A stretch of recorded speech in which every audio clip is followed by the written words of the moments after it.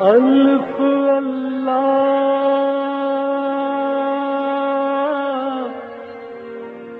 چمبے دی بوٹی میرے من وچ مرشد لائی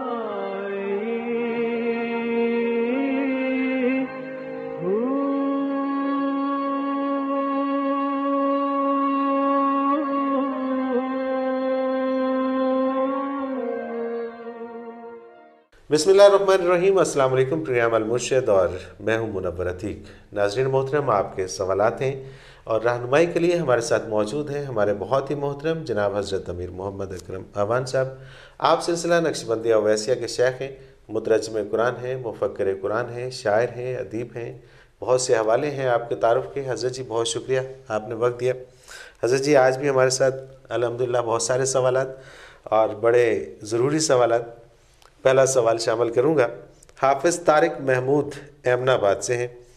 یہ کہتے ہیں کہ سورہ آل عمران میں ارشاد باری تعالیٰ ہے، تم کس طرح کفر کر سکتے ہو جبکہ تم تو وہ ہو کہ تمہارے سامنے اللہ کی آیات پڑھی جاتی ہیں اور تم میں اس کا رسول موجود ہے۔ وفیکم رسول، اس آیہ مبارکہ میں وفیکم رسول سے کیا مراد ہے، خصوصاً نبی اکرم صلی اللہ علیہ وسلم کے وصال کے بعد ہم یہ آیہ کریمہ کے اس حصے کو کیسے سمجھیں؟ الحمدللہ رب العالمین والصلاة والسلام علی حبیبہ محمد وآلہ وصحبہ اجمعین۔ اعوذ باللہ من الشیطان الرجیم، بسم اللہ الرحمن الرحیم۔ ہماری الحمدللہ اکرم تفسیر جو چل رہی ہے وہ اس سے گزر چکی ہے، 15 پارے چھپ بھی چکے ہیں اور اس میں اس پہ کافی مزیدار بحث بھی ہو چکی ہے۔ سبحان اللہ۔ یہ سادہ سی بات ہے کہ حضور اکرم صلی اللہ علیہ وسلم کی نبوت قیامت تک کے لیے ہے۔ آپ کے وصال مبارک سے آپ کی نبوت پر کوئی اثر نہیں پڑا، قیامت تک نبوت آپ ہی کی ہے۔ اس اعتبار سے حضور ہم میں موجود ہے، صحیح، یعنی جب نبوت موجود ہے برکات نبوت موجود ہے۔ اب بال ہماری کوٹ میں ہے کہ ہم اس سے کتنا استفادہ کرتے ہیں، کتنی برکات حاصل کرتے ہیں، کتنی اطاعت کرتے ہیں۔ اور یہی قرآن نے کہا کہ بھی تم گمراہ کیسے ہو سکتے ہو۔ پہلی بات تو یہ ہے کہ تم پر اللہ کی آیات پڑھی جاتی، یعنی اللہ کا ذاتی کلام تم تک پہنچا حضور کے طفیل۔ اب اس کیفیت کو آپ دیکھیں کہ ایک بات اللہ کی ذاتی ہے، پھر وہ اصدق الصادقین محمد الرسول اللہ کے مبارک لمحہ مبارک پر جاری ہوئی اور بعین ہی وہی بات ہم تک پہنچتی ہے۔ سبحان اللہ، سبحان اللہ۔ تو اس کے ہوتے ہوئے ہم اس کی نافرمانی کیسے جو کرتا ہے بہت ہی بڑا بدبخت ہے۔ اللہ اکبر۔ پھر نبی علیہ السلام وصال کے بعد بھی اپنی پوری برکات کے ساتھ موجود ہیں عالم میں کہ نبوت تو آپ ہی کی چل رہی ہے۔ کوئی نہیں پڑھتا کانا محمد الرسول اللہ کے حضور نبی تھے، سب پڑھتے ہیں محمد الرسول اللہ، حضرت محمد صلی اللہ علیہ وسلم اللہ کے رسول ہیں۔ بالکل صحیح، یہ تو کوئی نہیں پڑھتا، کوئی نہیں پڑھتا، بالکل صحیح۔ رسالت تو ہے، اس کا مطلب ہے برکات رسالت بھی ہیں۔ اب اللہ کریم فرما رہے ہیں کہ تمہیں شرم کرنی چاہیے کہ اللہ کی بات ہوتے ہوئے، رسول اللہ کی رسالت ہوتے تم کیسے بھٹک سکتے ہو؟ اللہ، بڑی بدبخت ہو اگر پھر بھٹک جاتے ہو۔ ایک بندہ آنکھیں ہوتے ہوئے گڑھے میں گرتا ہے تو اس سے بڑا بدبخت کون ہے؟ اندھا تو گر گیا، چلو اس کی آنکھیں نہیں تھی، ایک دیکھتے بھالتے آنکھوں والے، تو فرمایا تم نافرمانی کیسے کر سکتے ہو بھائی؟ سب سے بڑی بات یہ ہے کہ خود اللہ تم سے بات کر رہا ہے۔ قرآن پڑھنے کا طریقہ بھی یہ، ہم پڑھتے ہیں، پڑھتے گئے کوئی پتہ نہیں ثواب ہوگا، جی ہاں، یا کوئی آیت آئی یہ صحابہ کے حق میں ہے، یہ اولیاء اللہ کے حق میں ہے، یہ کافروں کے حق میں ہے، تو تمہارے حق میں کیا ہے؟ اللہ جو پڑھ رہے ہو تمہارے لیے اس میں کیا ہے؟ قرآن پڑھنے کا سلیقہ یہ ہے کہ آپ مؤدب ہو کر بیٹھیں کہ میرا اللہ مجھ سے بات کر رہا ہے، سبحان اللہ، سبحان اللہ، جو کہہ رہا ہے مجھے کہہ رہا ہے۔ کفار کی مثال دے رہا ہے تو مجھے دے رہا ہے کہ انہوں نے یہ کیا، ان کا نتیجہ یہ ہوا، تم نہ کرنا۔ اللہ اکبر۔ اگر اپنے مقرب بندوں کی، انبیاء کی، صحابہ کی مثال دے رہے تو مجھے کہہ رہا ہے کہ دیکھو انہوں نے یہ کیا، ان پر یہ انعامات، تم بھی ایسا ہی کرو۔ صحیح۔ آیات پڑھنے کا سلیقہ یہ ہے کہ ہر قاری یہ سمجھے کہ میرا رب مجھ سے مخاطب ہے، سبحان اللہ۔ اور پھر اس کے بعد جب اس سے نکلتا ہے تو آگے رہنمائی کے لیے سنت نبوی موجود ہے، اور قیامت تک موجود رہے گی، حضور اس عالم میں ہو یا اس عالم میں ہو، شریعت تو آپ کی موجود ہے۔ بے شک۔ تو شریعت کے اعتبار سے تو حضور خود جلوہ افروز ہیں، یعنی آپ کا بتایا ہوا نظام حیات تو موجود ہے، بالکل۔ پھر آپ اس کو اختیار، قرآن تو اسی کی دعوت دیتا ہے کہ میرے رسول کا اتباع کرو، اور اگر تم نے میرے رسول کی بات مانی تو تم نے میری ہی بات مانی، اطیعوا اللہ و اطیعوا الرسول۔ سبحان اللہ، سبحان اللہ۔ تو یہ اس کی تفسیر ہے۔ اگر مومن اپنا ایمان سلامت رکھے، قرآن کو اس انداز سے دیکھے اور رسالت کو اس انداز سے، تو پھر اس کے بھٹکنے کا کوئی موقع نہیں بنتا۔ بالکل صحیح بات ہے۔ اور جب اس انداز سے قرآن پاک کو پڑھنا شروع کرے گا تو پھر اسے پتہ بھی چلے گا کہ میں، اور یہ اکرم التفاسیر میں اس پہ بحث ہے۔ صحیح، بالکل۔ اس کے 15 سپارے ہو چکے ہیں، 15 چھپ چکے ہیں، 16واں چھپنے کی۔ اچھا، صحیح، مطلب ساتھ ساتھ ہی یہ چلتے رہتے ہیں۔ ہم 18 بیان کر چکے ہیں۔ اچھا، ماشاءاللہ۔ اس جمعے ہم نے 19واں شروع کیا تھا، تو ایک رکوع ہر جمعے کو بیان کرتے ہیں۔ سبحان اللہ، سبحان اللہ۔ وہ اب 15 تو چھپ چکے ہیں، 3 اس پراسس میں، اور اگلا چوتھا 19واں اب ہم بیان کر رہے ہیں۔ ناظرین محترم، آپ کے بہت سارے سوال اس حوالے سے بھی آتے ہیں کہ ہم حضرت جی سے ملنا چاہتے ہیں تو کیسے؟ تو اس کے لیے میں نے پہلے بھی پروگرام میں بتایا تھا، اور ایک بار پھر بتا دیتا ہوں کہ بڑا آسان سا طریقہ ہے کہ آپ اگر لاہور کی طرف سے آ رہے ہوں یا راولپنڈی کی طرف سے آ رہے ہوں موٹر وے کے ذریعے، تو جب آپ کلر کار پہنچتے ہیں تو وہاں سے ایک راستہ نکلتا ہے جو خوشاب کی طرف جاتا ہے۔ تو خوشاب کی جانب آپ 25 کلومیٹر چلیں گے تو راستے میں ایک جگہ آئے گی منارہ، مینارہ نہیں ہے، یہ منارہ ہے، اور منارہ ایک گاؤں کا نام ہے، اور منارہ سے تھوڑا سا پہلے دارالعرفان ہے۔ دارالعرفان میں آپ پہنچ جائیے اور کسی سے بھی پوچھیے، بڑی مشہور جگہ ہے، تو حضرت جی سے آپ کی ملاقات ہو جائے گی۔ اور جیسا کہ حضرت جی فرما رہے ہیں کہ جمعۃ المبارک کو یہ یہاں پہ بیان ہوتا ہے، اس بیان میں بھی اگر آپ شامل ہونا چاہیں تو جمعۃ المبارک کو آپ یہاں پہ آ سکتے ہیں۔ حضرت جی اگلا سوال شامل کرتے ہیں، جاوید بھٹی ہیں حافظ آباد سے۔ یہ کہتے ہیں کہ مولانا صاحب آپ کے پروگرام میں قلب کا بہت ذکر ہوتا ہے، اس سے آپ کی مراد خون پمپ کرنے والا دل ہے یا اس سے مراد کچھ اور ہے؟ قرآن کریم نے قلب کی اصطلاح بھی استعمال کی، اور اس کے لیے افئدہ کی اصطلاح استعمال کی ہے، اور اسے انگریزی میں سٹل ہارٹ کہا گیا۔ اسلامی نقطۂ نظر سے یہ ایک لطیفہ ربانی ہے جو اس پمپنگ مشین کے اندر ہے۔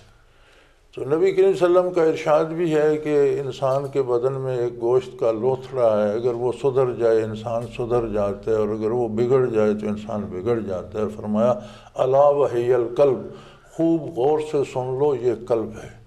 صحیح۔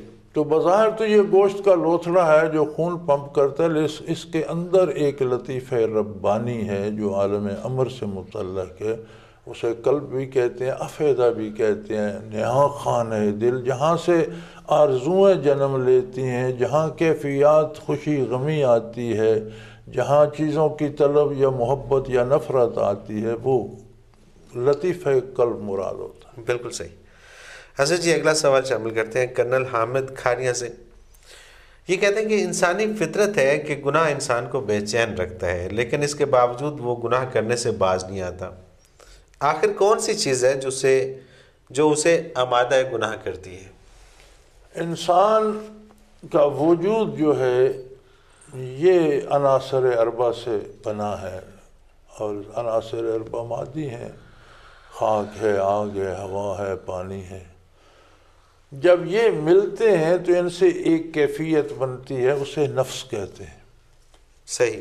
جب یہ چاروں ملتے ہیں تو ایک جو کیفیت بنتی ہے اسے نفس۔ اب نفس کا سارا جو ہے وہ بیس مادہ ہے، وہ مادی لذات فوراً محسوس کر لیتا ہے، ان کی خواہشات کرتا ہے۔ صحیح۔ اب اس میں جو روح اللہ نے ڈالی ہے، کل روح من امر ربی، وہ امر ربی سے، عالم امر سے ہے، بے شک۔ اس کا رجحان گناہوں کی طرف نہیں ہوتا۔ جب آپ کوئی گناہ کرتے ہیں تو ملامت وہ روح کرتی ہے کہ تم نے برا کیا، لیکن اب آپ نے دیکھنا ہے کہ آپ نے مادی بدن کی صحت، اس کی فٹنس، اس کی ساری صفائی، اس پہ تو بڑا دھیان دیا، دوا، غذا، ناشتہ، دوپہر کا لنچ، شام کا کھانا بر وقت، بہتر چیزیں، صحت کے لیے اچھی چیزیں، کو گڑبڑ ہوتا۔ کبھی آپ نے روح کے لیے بھی غذا کی؟ کبھی نہیں۔ اللہ کی عبادت، فرائض، تلاوت، ذکر الہی، یہ روح کی غذائیں ہیں۔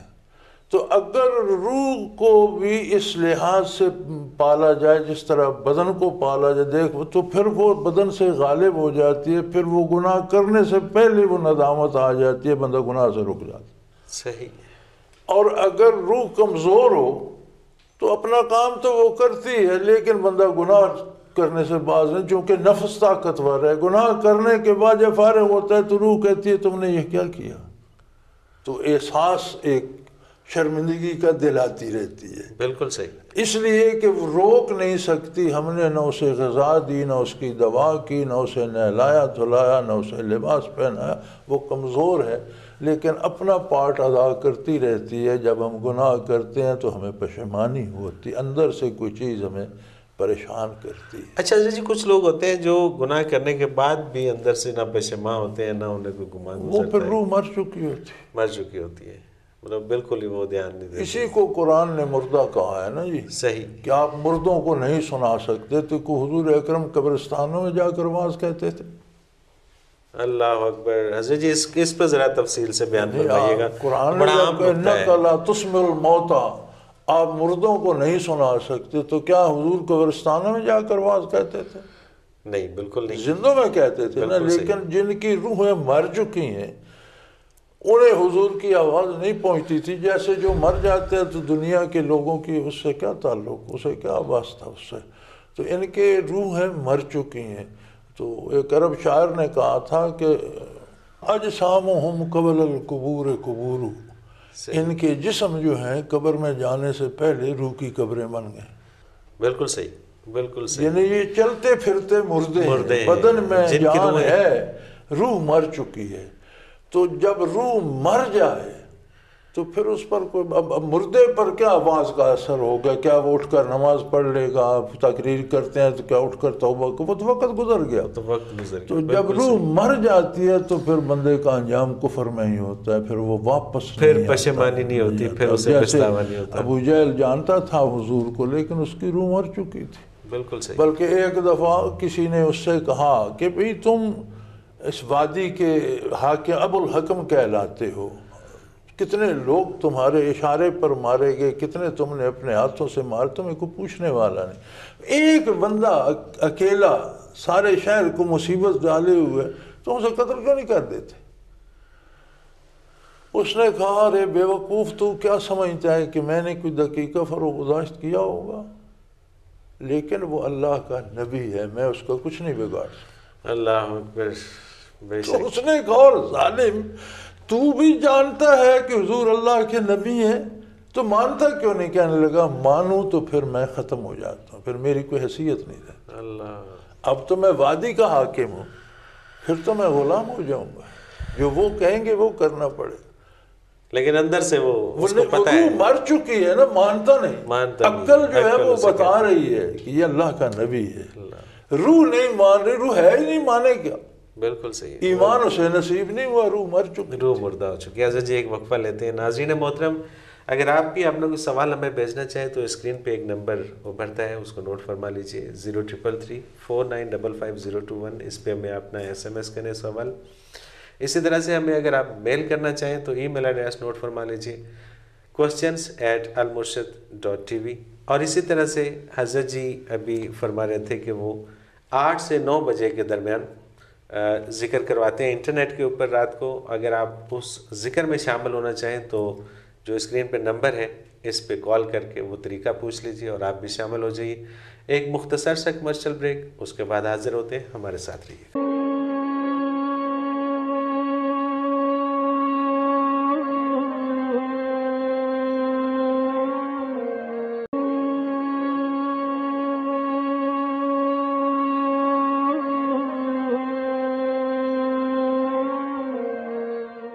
ناظرین محترم، پروگرام میں ایک بار پھر خوش آمدید، اور آپ کے سوالات ہیں اور رہنمائی کے لیے ہمارے ساتھ موجود ہیں ہمارے بہت ہی محترم جناب حضرت امیر محمد اکرم اوان صاحب۔ حضرت جی اگلا سوال شامل کرتے ہیں۔ محمد یوسف ہیں حیدرآباد سے، یہ کہتے ہیں کہ حضرت جی اگر آپ ناراض نہ ہوں تو ایک سوال پوچھنے کی جسارت کرتا ہوں۔ شیطان نے اگر آدم کو سجدہ کرنے سے انکار کیا تھا تو وہ تو سب سے بڑا موحد ہوا کہ اس نے اللہ تعالیٰ کے علاوہ کسی کو سجدہ کرنا گوارا نہ کیا، حتیٰ کہ اللہ تعالیٰ کے حکم پر بھی۔ یہ تو اس کی محبت کی دلیل تھی، پھر بارگاہ الہی میں کیوں ذلیل ہوا، اسے کیوں راندہ درگاہ کیا گیا؟ بچے سوال کرنا تو آپ کا حق ہے، ہم اسی لیے یہاں بیٹھے ہیں، اور جو بات سمجھ میں آتی ہے وہ عرض کر دیتے ہیں۔ کوئی ایسا سوال ہو جس کا جواب ہمیں نہ آئے تو معذرت کر لے کے ناراض نہیں ہوں، لیکن آج تک ایسا ہوا نہیں۔ الحمدللہ یہاں سب سوالوں کے جواب موجود ہیں۔ سوال کریں، یہ محبت نہیں تھی، اگر محبت تو ہوتی تو کیا بات تھی، یہ تکبر تھا، اور وہ اس کی زبان پر بھی آ گیا کہ اس نے کہا انا خیر منہ، میں اس سے بہتر ہوں۔ صحیح، بالکل۔ اللہ سے محبت ہوتی تو اللہ کی نافرمانی نہ کرتا، یہ اطاعت نہ کرنا کون سی محبت ہے؟ بالکل ٹھیک، بالکل ٹھیک۔ اور پھر اللہ کریم نے براہ راست جب حکم دیا اور اس نے نافرمانی کی تو اللہ کریم نے پوچھا بھی تم نے کیوں سجدہ نہیں کیا؟ جب سب فرشتوں نے کر لیا جو تم سے اچھے ہیں، تم ایک جن ہو، اور تم نے اتنی اللہ کی عبادت کی کہ میں نے تمہیں فرشتوں میں جگہ دی، تو تم نے سجدہ کیوں؟ کہنے لگا انا خیر منہ خلقتنی من نار خلقتہ، آپ آدم کو آپ نے مٹی سے بنایا، مجھے مٹی سے تو آگ بہت اچھی ہے، میں بہت بڑا ہوں، اس سے میں بہت اچھا ہوں۔ بالکل ٹھیک۔ تو اس نے اللہ کی نافرمانی کی۔ جیسے یہ مشہور ہے نا کہ زلیخا عاشق تھے یوسف علیہ السلام پر، تو جب اس نے کوشش کی اور وہ بھاگے، دروازے کھل گئے تو وجدہ سیدہا، کہ اس کے خامند کو دروازے پہ کھڑا پایا، تو اس نے فوراً شکایت کی زلیخا نے کہ جو آپ کی عزت پر ہاتھ ڈالے اس کا آپ کیا کریں گے؟ اگر محبت ہوتی تو اپنے سر الزام لیتی، یوسف پہ نہ ڈالتی۔ بالکل ٹھیک، بالکل صحیح۔ محبت نہیں تھی، خواہش نفس تھی، کیا بات ہے، کیا بات۔ اپنی آرزو پوری کرنے کی خواہش تھی۔ یوسف سے محبت ہوتی تو کہتی میں نے جرم کیا ہے، میرا محبوب جو ہے اسے کچھ نہ کہا جائے۔ اچھا، کیا بات یہ ہے، نہیں؟ کیا بات۔ بے شک، بے شک۔ آپ اسی معنی میں وہ زلیخا والی محبت والے معنی میں شیطان کا معنی لیں۔ شیطان نے محبت الہی میں سجدے سے انکار نہیں کیا، اپنی بڑائی میں سجدے سے، انا خیر منہ، میں اس سے بہتر ہوں۔ بالکل اور ٹھیک۔ پھر نافرمانی کس کی؟ اللہ کی، تو اس عذاب میں گرفتار ہو گیا۔ بالکل صحیح، تو بالکل آپ صحیح۔ اسے جس اینگل سے دیکھ لیں وہ اینگل درست نہیں، درست نہیں ہے۔ اس نقطۂ نظر سے اب دیکھیے نا، اس اینگل سے جو بھی دیکھے گا، اگر اسے یہ جواب پتہ نہیں ہے تو وہ تو کنفیوژن کا شکار ہوگا۔ حضرت جی اگلا سوال شامل کرتے ہیں ڈاکٹر انوار الحسن ہے مریدکے سے، یہ کہتے ہیں کہ حضرت جی انا سے چھٹکارا کس طرح ممکن ہے؟ عظمت الہی کا جتنا احساس ہو اتنی انا ختم ہو جاتی۔ صحیح۔ اب اس کے لیے دل کو ذاکر کریں، اللہ اللہ کریں، اللہ اللہ سیکھیں، ذکر کریں، تو وہ کیفیات جو برکات نبوت سے آتی ہیں وہ عظمت الہی اجاگر کرتی ہیں اور انانیت کو ختم کرتی ہیں۔ لیکن حضرت جی بعض اوقات ہم یہ دیکھتے ہیں، ہمارے مشاہدے کی بات ہے کہ جو لوگ اللہ اللہ کرتے ہیں وہ اپنے آپ کو بڑا وہ عالم سمجھتے ہیں، تو وہ پھر ان میں انا کچھ زیادہ ہی آ جاتی ہے، وہ لوگوں سے ملنا بھی پسند نہیں کرتے۔ اللہ اللہ نہیں کرتے بلکہ وہ اللہ اللہ کی ایکٹنگ کر کے اپنی بڑائی کرتے ہیں۔ صحیح، فرق ہے، اپنے خود نمائی کرتے ہیں، مطلب جس میں انا موجود ہے وہ اپنی پارسائی، اپنی پوجا کر رہا ہے، اللہ کی نہیں۔ بالکل ٹھیک، بالکل صحیح۔ جب خلوص ہوگا اللہ کے، اگر کوئی دنیا کے لیے بہروپ بھر کر رہا ہے یا لوگوں سے ہاتھ پاؤں چموانا چاہتا ہے، لوگوں سے پیسے لینا چاہتا ہے، لوگوں سے سجدے کروانا چاہتا ہے، تو وہ اپنی انا کی پرورش کر رہا ہے اور وہ ایکٹنگ کر رہا ہے، حقیقت وہ نہیں ہے، وہ نہیں ہے بالکل. اور جہاں پہ اداکاری کر رہا ہے، اداکاری کر رہا ہے اللہ کی، صحیح، حقیقتاً نہیں ہے. بالکل صحیح. اور جہاں حقیقت ہوتی ہے وہاں انکساری ہوتی ہے. اور شیطان اور نفس مرتے دم تک کوشش کرتے رہتے ہیں کہ بندہ اپنی بڑائی میں گرفتار ہو. جو شیطان اپنی بڑائی میں گرفتار ہو کر تباہ ہوا، وہ یہ مرض ہر ایک کو لگانا چاہتا ہے. صحیح. لیکن جہاں خلوص ہوتا ہے وہاں حفاظت الہیہ ہوتی ہے. جو خلوص سے عظمت الہی کے لیے اللہ اللہ کرتا ہے بندہ، اس میں انکساری آتی ہے، عظمت الہی آتی ہے، اور اللہ اس کی حفاظت فرماتا ہے شیطان سے. سبحان اللہ. تو جہاں اس سے خلوص رخصت ہو جائے تو پھر وہ جانے، نفس جانے، شیطان جانے، پھر وہ اپنی بڑائی میں مارا جاتا ہے. اور یہ اپنی بڑائی وہی جرم ہے جو شیطان نے خود کیا. اور یہ کتنا سادہ سا اور چھوٹا سا نسخہ ہے کسی کو پرکھنے کے لیے، اور پھر ہم لوگ غلط لوگوں کے پاس چلے جاتے ہیں. اور پھر ہم حسن جی، مصباح منصور ہے منڈی بہاؤالدین سے. میرا بہت دل چاہتا ہے کہ میں باقاعدگی سے تہجد پڑھا کروں، لیکن رات کام کرتے کرتے ہی 12 بج جاتے ہیں، لہٰذا 4 بجے اٹھنا بہت مشکل لگتا ہے. کیا کوئی اور نفلی نماز تہجد کے قائم مقام ہو سکتی ہے؟ تہجد خود ہی اپنا قائم مقام ہے بچے، اور اگر عشاء کی نماز کے ساتھ ہی تہجد پڑھ لیا جائے تو بھی ہو جاتے ہیں. صحیح. زیادہ بہتر یہ ہوتا ہے، اسے تہجد کہتے اس لیے ہیں کہ اس میں تھوڑی سی مشقت ہوتی ہے کہ آرام کر کے سو کے اٹھ کے پڑھیں. صحیح. تو ایک مشقت ہوتی ہے. لیکن اگر کسی کو یہ خطرہ ہو کہ میں نہ پڑھ سکوں گا تو عشاء کے بعد کسی وقت بھی سونے سے پہلے پڑھ لے.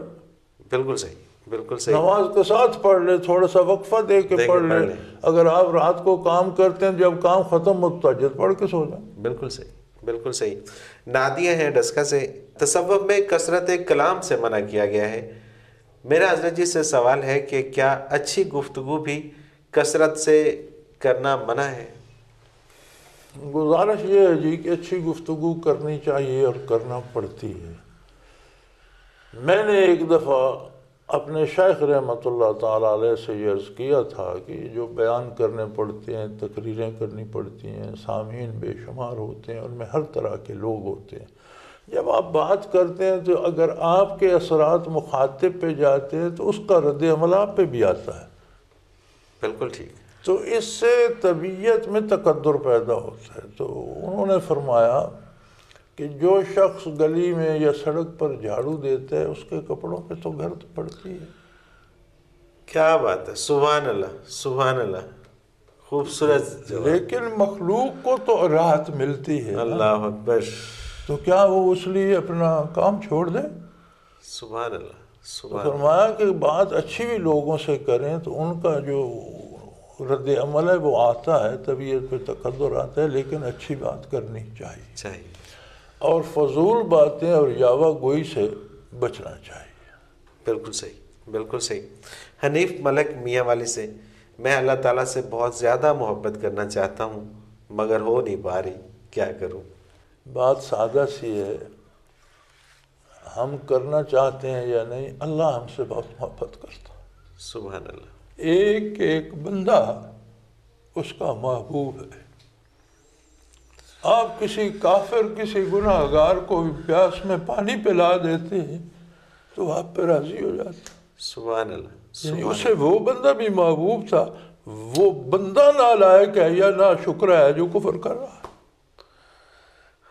اگر ہم محبت کریں گے تو محبت الہی کا جواب ہی دیں گے. اللہ ہمیں محبوب رکھتا ہے تب تک جب تک ہم اس کا دامن چھوڑ کر خود نہ جہنم میں چلے جائیں. تو ہر بندہ اللہ کا محبوب ہے، ہر چہرہ اس کا محبوب ہے. آپ کسی غریب مسکین کے کوئی دستگیری کرتے ہیں کام تو وہ آپ سے راضی ہو جاتا، اس کا مطلب ہے وہ بھی محبوب تھا. سبحان اللہ. آپ بھی اللہ کے محبوب ہیں. اب آپ کی طرف ہے کہ اس محبت میں آپ کتنی اطاعت کرتے ہیں. اتباع نبوت اختیار کر لو، محمد رسول کا دامن پکڑ لو. تو قرآن نے کہا فَإِن كُنتُمْ تُحِبُّونَ اللَّهَ، اگر تمہیں اللہ سے محبت ہے فَاتَّبِعُونِی، میرے پیچھے لگ جاؤ. يُحْبِبْكُمُ اللَّهُ، تم اللہ کے محبوب بن جاؤ. سبحان اللہ، سبحان اللہ. تو سادہ سا نسخہ ہے، حضور کا دامن تھام لیں، جینا مرنا اٹھنا بیٹھنا حضور کی اطاعت میں بنا لیں. سبحان اللہ سبحان اللہ. حضرت جی عبید اللہ ہیں خوشاب سے، یہ کہتے ہیں کہ حضرت جی عبادت افضل ہے یا خدمت؟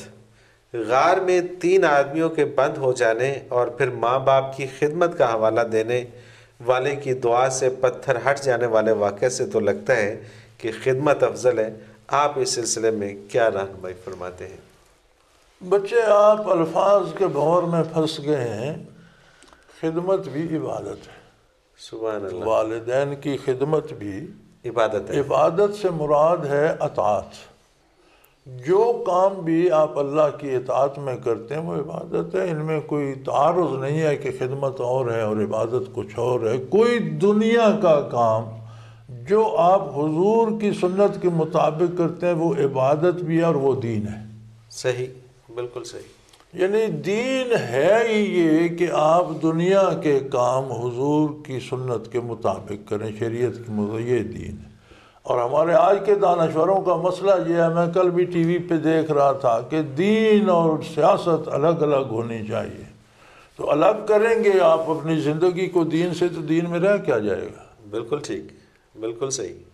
اور آپ کی زندگی میں کیا رہ جائے گا؟ تو دین عبادت ہے، اللہ کے حکم کے مطابق کام کرنا. والدین کی خدمت کرنا بھی عبادت ہے. صحیح. اس میں کوئی تعارض نہیں ہے. بالکل صحیح. حضرت جی عبد الماجد ہیں سرگودا سے، یہ کہتے ہیں کہ انسانوں سے پہلے زمین پر جن آباد تھے اور جنات میں کوئی نبی نہیں مبعوث ہوا، پھر اللہ کریم نے ان تک اپنا پیغام کیسے پہنچایا؟ جنوں میں جن چونکہ فرشتے کو دیکھ سکتے ہیں، اس کی بات سن سکتے ہیں، اور جنات کو فرشتہ بھی دیکھ سکتے ہیں، ہمیں دونوں نظر نہیں آتے.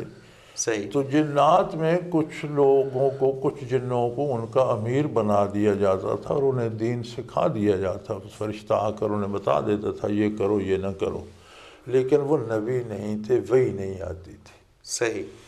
نبوت جو ہے، یہ ایک بات اس کی سمجھ لیجئے، نبوت ایک کیفیت ہے جو معرفت الہی دیتی ہے. صحیح. اور یہ صرف انسانوں کو نصیب ہوئی، اور نبی کے تو فعل اس کے ماننے والوں میں وہ کیفیت منعکس ہوتی ہے. تو یہ صرف انسانوں کا حق ہے، دوسروں کو یہ نعمت نصیب نہیں ہے. اب ہم ذکر کرتے ہیں اور مراقبات کرتے ہیں، لیکن کسی جن کو آپ ذکر نہیں کرا سکتے. اس پہ القاء کریں تو وہ جلنے لگ جاتا ہے، وہ بھاگ جاتے ہیں، کیونکہ اس میں وہ استعداد وہ نہیں ہے معرفت الہی کی جو انسانوں میں ہے. اچھا. صحیح. تو جنوں میں جو سردار بنائے جاتے تھے انہیں احکام دے دیے جاتے تھے اور اس کے مطابق کرو، لیکن وہ برائیاں کرتے تھے اور پھر مار پڑتی تھی. فرشتے ہی آ کر انہیں مارتے تھے، پھر کسی اچھے بندے کو حکمران بنا جاتے تھے. پھر جب وہ بھی بگڑ جاتا تھا، پھر وہ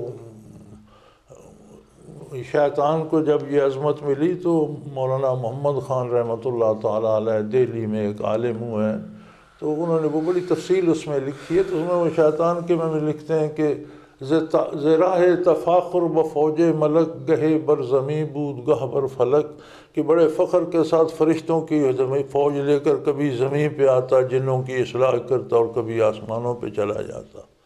صحیح. تو پہلے اس طرح کا اس طرح ہوتا تھا. بالکل صحیح. حضرت جی وہی ہوا کہ جب مزہ آنے لگتا ہے تو پروگرام اپنے اختتام کو پہنچ جاتا ہے. ناظرین محترم، اگر آپ بھی اپنا کوئی سوال ہمیں بھیجنا چاہیں تو اسکرین پہ ہمارا نمبر موجود ہے، نوٹ فرما لیجیے 0333 4955 اس پہ آپ ہمیں اپنا میسج کر سکتے ہیں سوال. اور اسی طرح سے اگر ہمیں میل کرنا چاہیں تو ای میل ایڈریس موجود ہے questions@almurshid.tv. اس پہ آپ ہمیں اپنا کوئی بھی سوال میل کر سکتے ہیں. اور اسی طرح سے حضرت جی ذکر کرواتے ہیں انٹرنیٹ کے تھرو، پوری دنیا میں آپ اس میں شامل ہو سکتے ہیں. اور اس حوالے سے اگر آپ کوئی جانکاری چاہیں تو اسی نمبر پہ فون کر کے آپ اس حوالے سے تفصیلات لے سکتے ہیں. آخر میں حضرت جی کی ایک کوٹیشن آپ کی خدمت میں پیش کرتا ہوں. دوستاں را کجا کنی محروم، تو کے بعد دشمنا نظر واری. اس کا کرم اتنا وسیع ہے کہ اس کی بارگاہ میں